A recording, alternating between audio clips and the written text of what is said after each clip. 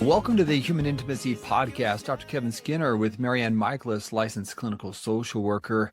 MaryAnn, today our focus is on judgment and how we judge ourselves, how we judge others, and ultimately, as we reflect on this concept of judgment, we have to make decisions. In other words, we have to place a judgment in situations of how am I going to respond here? Or how do I see this human being? How do I see this other person? And my concern is that we make judgments without accurate information or enough information. So with that start, what are your initial thoughts? This is such a great topic to talk about, Dr. Skinner, and it applies to everybody, everywhere, because this is how we function. We as human beings, our brain's job is to predict the future. Our brain's job is to say, what's going to come next and how do I make sure that I'm safe and what am I going to do? And so our brain is constantly creating the storyline and just interpreting information.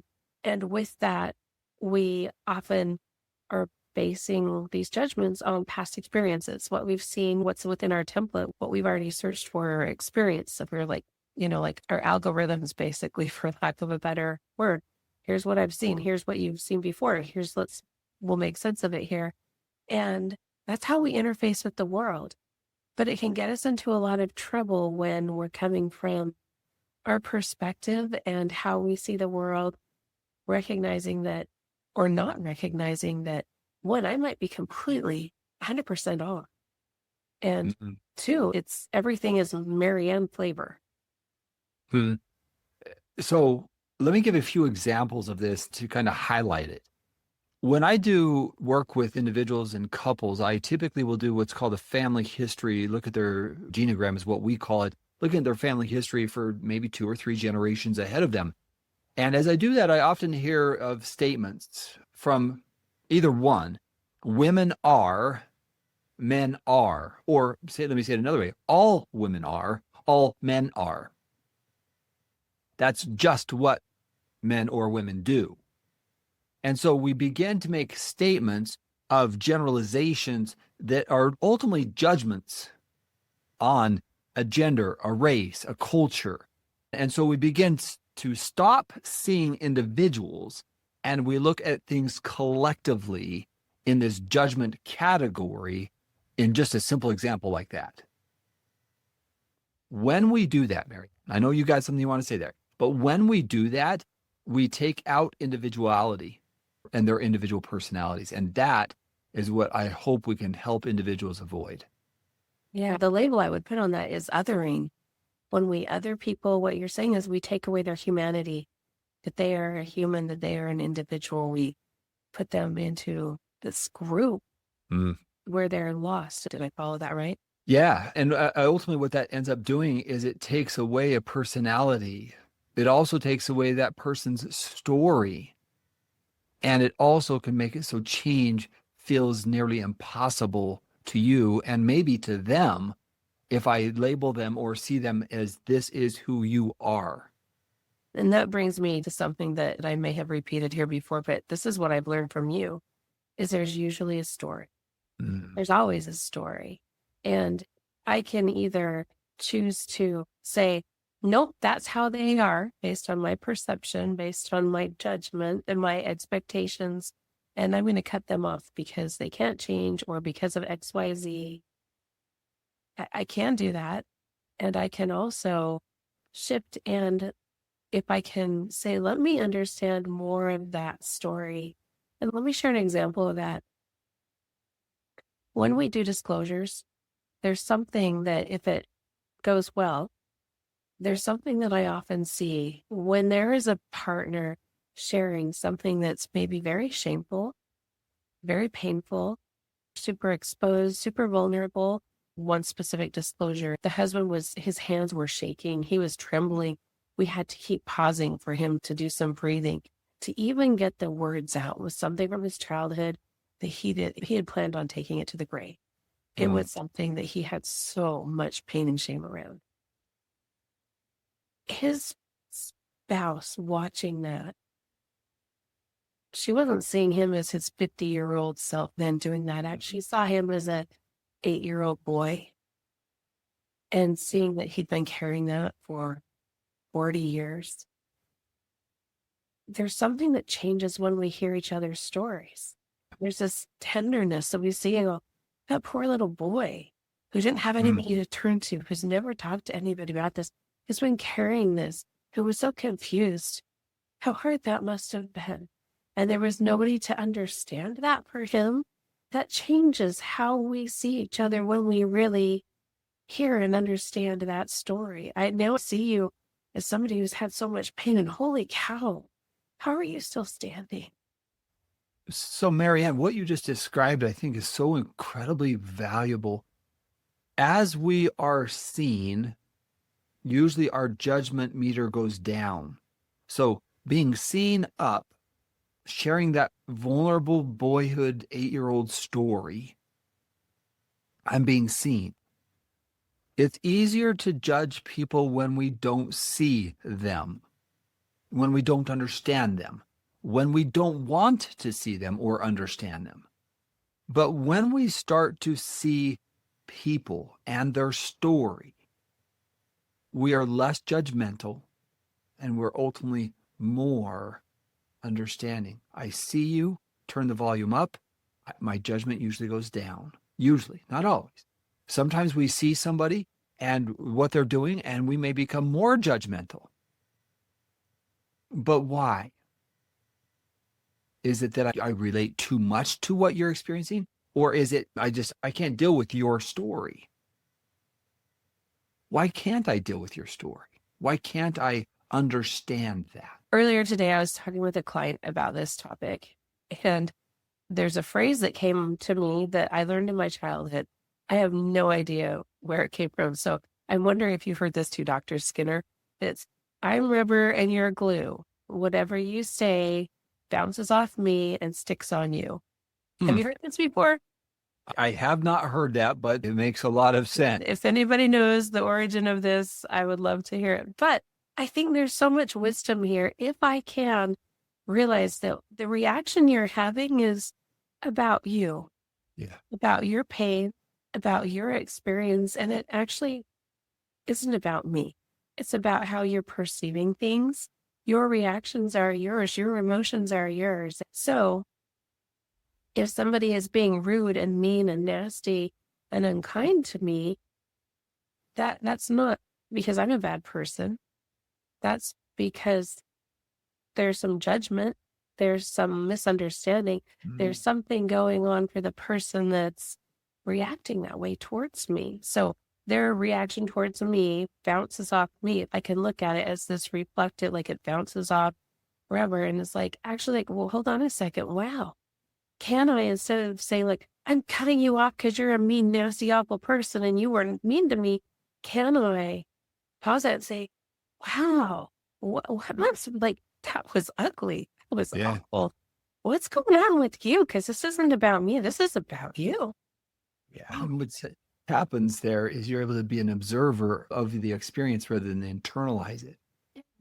And notice that judgment versus not judgment. I wonder what's going on with this person. That person is so mean. They're so unkind. They're so this.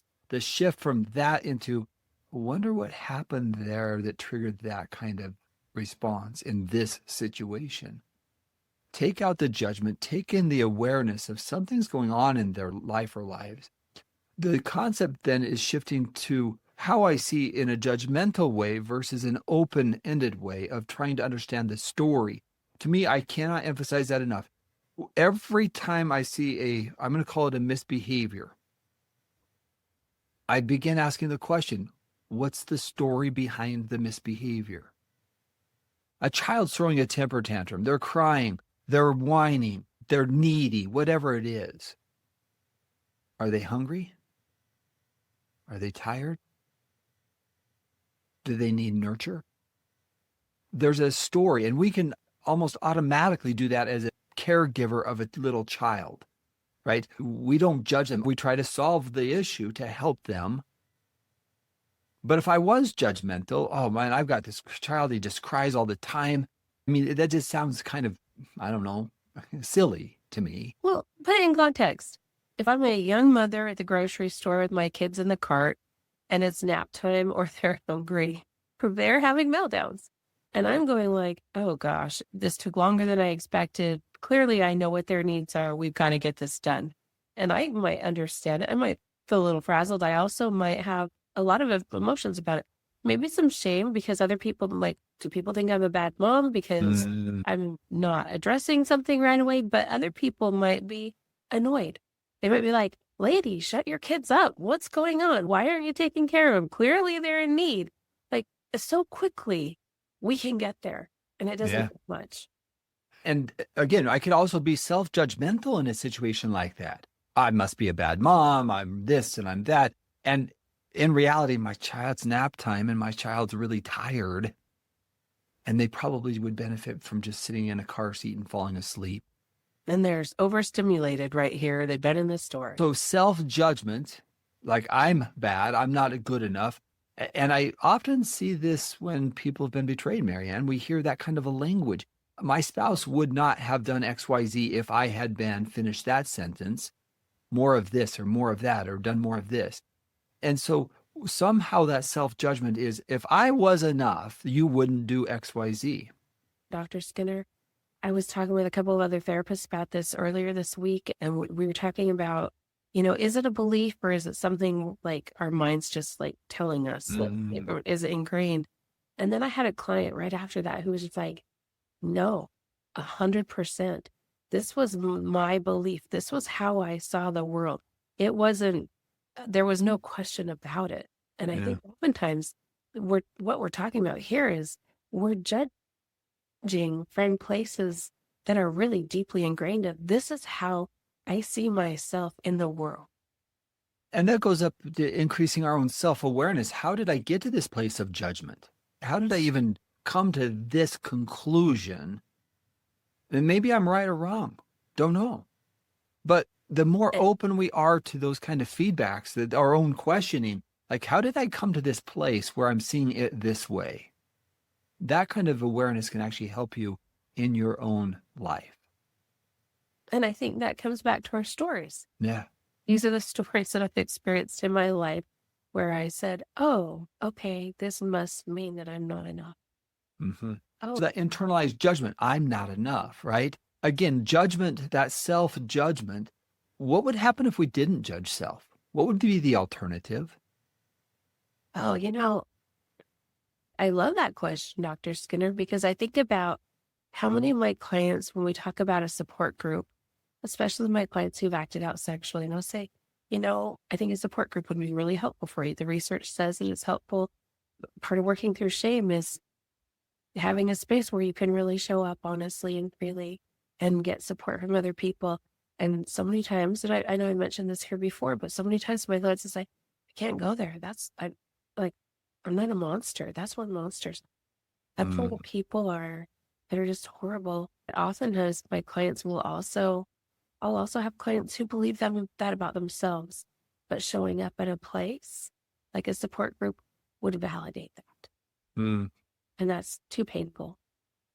Yeah. So I may have shared this story before, but it just sticks out to me. Early in my career, when I was being trained to be a therapist, I was in my PhD program, and I had the opportunity to work with individuals who were court-ordered for domestic violence.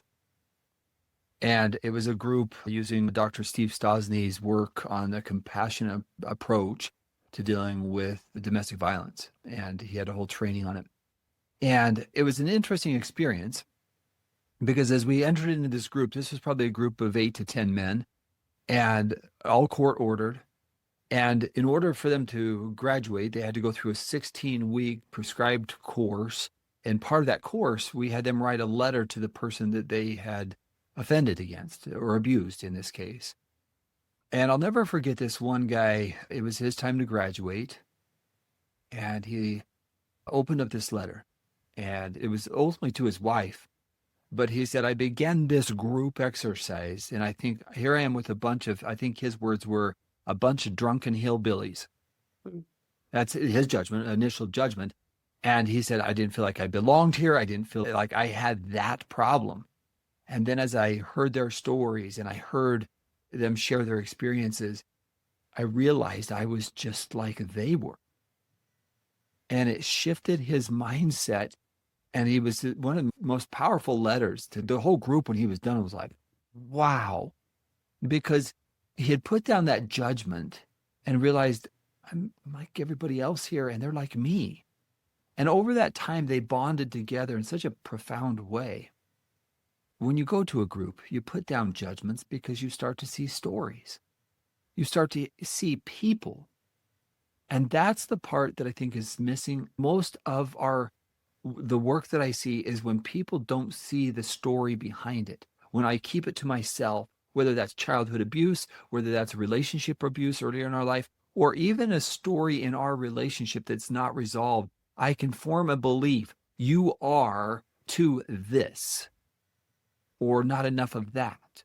And so I create judgment against you because you're not whatever. And then I stop seeing you and start feeling like my judgment's accurate. That's unfair and it's hurtful to relationships.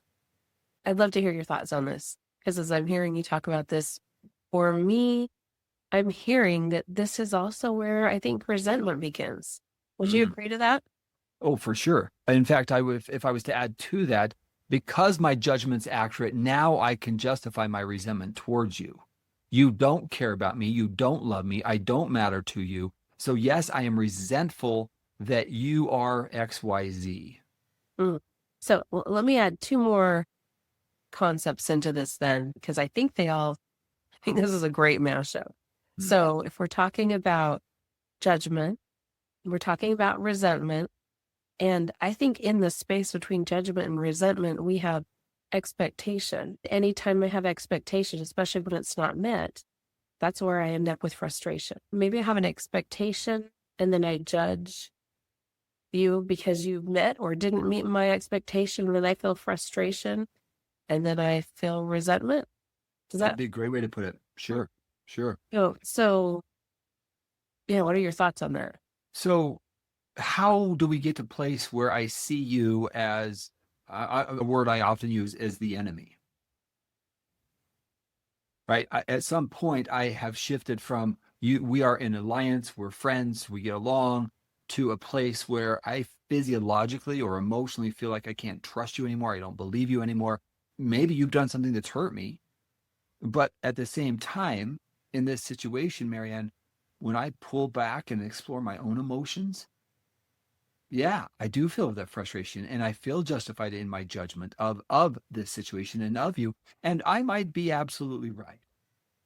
It still means that I don't understand the story completely. So this is our ladder we can walk down and say, hold on a second. But it starts then with our expectations. Here's what my brain predicted. Here's what growing up in my family of origin, this is what we do, or this is what I've learned. These are the rules. I know for me, I get caught up a lot of times in the rules. What? You're not keeping the rules. Wait a second. What do I do with that? And so we can get really caught in like these belief systems that we've learned throughout our lives that these are the rules. This is how things have to be. And I'm going to other you or judge you or think there's something wrong with you because I don't understand why you're not keeping the rules. You're not doing what you're supposed to be doing. And I don't understand the story that's there. MaryAnn, there's a really important part of this that I think really gets harder when we deal with sexual betrayal, right? Because all I see is that you cheated on me. You had an affair. You were unfaithful. I see that. Broke the rules that we had in our relationship. Right. You absolutely broke the rules and the expectation is broken. And now we walk down that whole path you went, all of this. I resent the fact that you put me in this situation. We had an accord or an agreement and you broke it. Right. That makes complete sense to me that I would, in that situation, I would have to judge this situation and say, am I going to connect with you or not? How do I make that decision? How do I judge in this situation to stay or to leave? That is one of the most complex questions that I've dealt with in my career because I've dealt with, I don't know how many couples, it's hundreds, thousands, I don't know. How do I make that judgment is what we're often asked. And my ultimate answer is both individuals have to step back and understand their own stories before they make judgment. I want to say something that I think if I were a betrayed partner, hearing this, I might be like, really, MaryAnn? Did you really go there? So I'm prefacing that I'm going to say something, but I think it's important because as we're talking about when I've been betrayed, when I'm in that place of judgment and broken expectations or unmet expectations, and I have been hurt so painfully by my partner who did not keep promises and commitments that were made. When I am in that place that's so hurt or so where there's so much pain and resentment, there's also this space I think that you and I are talking about, Dr. Skinner, about understanding our partner's story. How did they get to that space? And as a betrayed partner, I might be throwing up in my mouth a little bit right now, hearing that, like, I don't care how he got to this space. I don't want to know his story about how this happened. And so early on with betrayal, I know this might be hard, but I think as we get down the road, like, can we step back and say, how did my partner get to this space? Like, there's something there. There's always a story. There's always reasons for our behaviors. And I'm going to guess Yes. my partner's intent is not always it's not about hurting me. It's usually about something that they're missing or something going on with them. So, MaryAnn, I think part of the answer to this question is actually betrayed partners still ask, why did you do this? Because they're trying to make sense of the story. Yes. The biggest problem when it comes to sexual behaviors or drinking or substances, the why of it never makes sense in the middle of people acting out. Like, why does a person drive drunk? Mm-hmm. Why does a person use a substance that could literally kill them? Why does a person betray a person they love? There's never an answer that makes logical sense. So we're trying to pass judgment on a story. I have to make assumptions. I have to guess. I have to say, because you didn't love me, because I wasn't enough, because finish the story. Maybe part of that's true, but what if it's not? What if it's a completely different possibility? What if my spouse acted out because they have addictive tendencies? What if it's not about me? What if something else is a part of their life that I don't know that story? Then perhaps I can remove myself from it and start to see it in a way that this isn't about me. This is their journey. That still does not mean I'm going to choose to stay or leave. It means that I'm starting to see part of their why. And then maybe I can make a more informed decision because I start to understand their why. I think one of the things that happens in this space is our heart changes a little bit. So being able to stop and look and say, is my heart at war or is my heart at peace? When I'm in this judgmental space, that this is all about me, about hurting me because I'm not enough or whatever. When I internalize it and it's about me, that's where my heart really goes to war. But when I stop and start to hear somebody else's story and try to understand, where are they coming from? How did they get to this place? How did that happen? How did that make sense for them? My heart really comes to a much more peaceful place. And if I have understanding, it just shifts. I think we pass judgment so quickly, which is part of our survival, but we don't even think about it. If we were to take the time to slow down and to really just start hearing people's stories, we would be in so much awe. I think one of the joys of the work that I do is seeing people, my clients, in such vulnerable places, sharing deep vulnerabilities. And sometimes my jaw just drops. I just value the humanity of the people that I interact with, seeing them and the things that shape us, that get us to where we're at. Most of the time we have these barriers that we build up to protect ourselves, but when do we let those barriers down? the beauty inside is just amazing. And that last part is so critical, MaryAnn. When we let the barriers down, it's really hard to make a judgment about people when we don't see people, when they won't let us in. We can't determine who this person is because their barriers are so high that they don't let us in. And if you don't let people in, then the people around you still have to make a decision, a judgment of how to be with you. But the more barriers we keep up around us, then we might see that people see us as off or stuck up or arrogant or finish that out, when in truth, you might be shy and embarrassed and ashamed, but everyone else might be reading it as, oh, you are higher than high. Because I don't allow myself to be seen, the people around me have to figure out how to be with me because I'm unwilling to allow my guard to come down so I'm actually seen by other people. And the irony of that, I would say, is that I probably built and put up that guard because of experiences that I had that were painful, that said, I need to keep people out and not let them in. That's right. Yeah. And so the very thing that we may not want, we actually create because we're not allowing ourselves. And usually there's a story of why I put the wall up, right? And that's why this process, when I see individuals who say, I was going to my grave with this, shift into, I feel free. There's so much freedom in honesty and being open. There's a space here where I no longer feel confined. It's like I am open, and it's so enjoyable to watch people go through that process, MaryAnn, where they're seen and felt for the first time. Again, judgment comes down when we turn up the being seen volume. I think that's simple, but it is that simple. I think for me, Dr. Skinner, I come back to this is a concept that I catch myself in personally a lot. Once again, because I'm human, but I will catch myself. I'll make a judgment, and sometimes I'll make some judgments that are a little bit rash. They're, just like, wow, here's my standard, and how could this person do that? And that just naturally, the thought that shows up in my head, and over and over and over again in my own life, I catch myself like, oh my goodness, MaryAnn, like, look at that. You made that judgment, and here is the absolute opposite of that.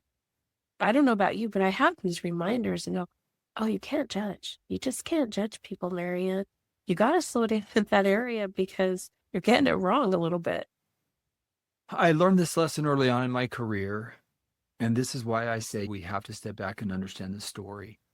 And it's because when I've sat with individuals and I've missed the story, and then when I hear the story, my lights click on. I'm like, well, of course they're doing this or being this way, or of course they cope with this behavior.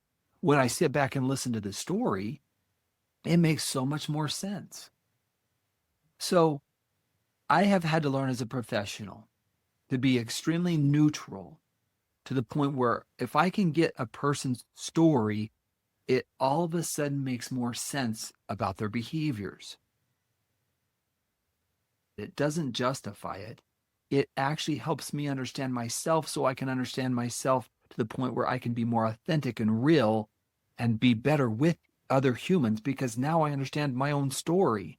And if I came to you, MaryAnn, and said, I realized that I hurt you this way.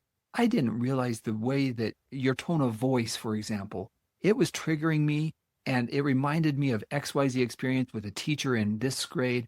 And that's why I was pulling away. And that's why I was resistant to you. Well, you would, of course, say, oh, that makes more sense to you. Because I've come to an awareness of my story and why I'm interacting with you the way that I am interacting with you. I've got a great example of this. So I have a sister who's a counselor also. And years ago when she was in school, she came to me and said, would you write for one of my assignments? I'd like to have you write like what it was like for you when I moved out of the house. And she and I weren't super close. And I was like, do you want me to be honest? Or do you want me to like sugarcoat it? And you're right. How do you want me to show up in this?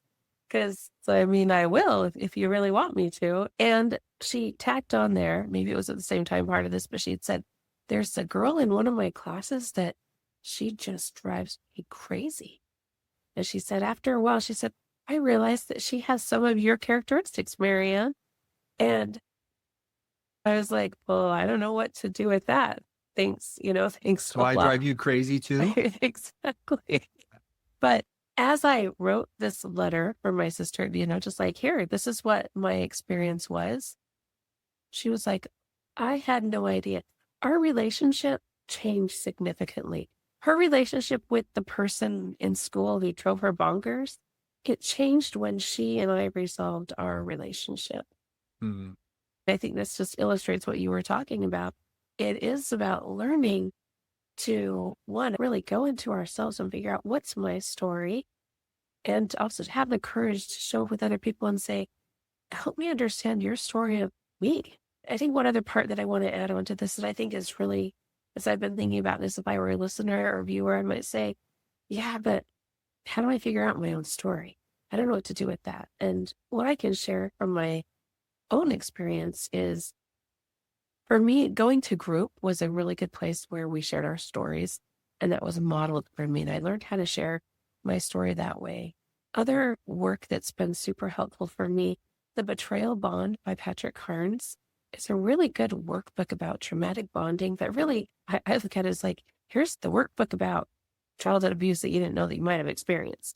Mm-mm. There's a lot of assessments in there. There's a lot of charts and going through and going like, oh, well, I experienced that, but I didn't know that was a problem. Oh, like identifying it and seeing it. But one of the exercises in there is you go through this workbook and you're doing this work and you're really coming up front and center with, wait, I thought everybody did that. I thought that was super normal. And now I have to make sense of relationships that weren't as healthy as I thought they were. There's several exercises there, but one of them is actually about writing your story in a third person. So going back and saying, once upon a time, there was a little girl and she experienced, she grew up here and she experienced, and just writing the whole, here's the things that happened. And that is a good place to start understanding your story. But I'm also talking about, this is years of work. This is a journey of how, like, here's a step here. Let me step in and do some work here. And as you said, like, sometimes our light bulbs go on and say, oh, now I understood why I did that. Now I see this differently or myself differently. So I think it's also a journey into ourselves, but also our relationships change as we do this work as well. And again, that's self-work, so we don't judge self and others in ways that are close-minded. We're trying to maintain an open mind and ask ourselves questions. I wonder why. What happened there? It reminds me of Oprah Winfrey and Dr. Perry. They wrote a book, What Happened to You? And as I reflect on that book, as you look about what happened to you, it's really asking the same question that we've been asking. Well, what's the story? What happened to you in this situation? Or what happened to me in this situation? Why am I responding this way? Or why is this person doing what they're doing? That personal work and that type of question, it almost always illuminates our mind, because all of a sudden we're starting to see ourselves and other people's, no pun intended, in a different light. And you use that illumination there as well. I mean, I think that's so apropos, Dr. Skinner. This is really what we all want and need, is to be seen, to be understood. Like, deep down, that's all any of us really want and need. Felt and to be seen.